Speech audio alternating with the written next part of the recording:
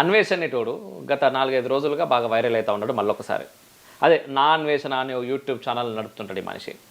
ఈ మనిషికి మొరుగుడు తప్ప ఇంకేం తెలియదు. అట్ సేమ్ టైం మొరుగుడు ఈసారి కొత్త కూడా కాదు.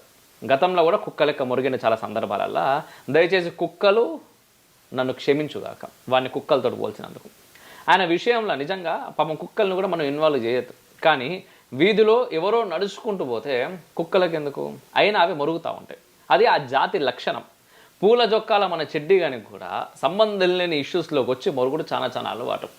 పైగా అది కూడా అమ్మ లక్కలని తిడుతూ అలాంటి కంపు నోటి గొర్రె ఇతరుల్ని అందరినీ టార్గెట్ చేస్తూ ఉంటుంది. అసలు ఆయనకు లక్షలాది మంది సబ్స్క్రైబర్లు ఫాలోవర్లు వచ్చుడే మన కలియుగ లక్షణం అనిపిస్తుంది.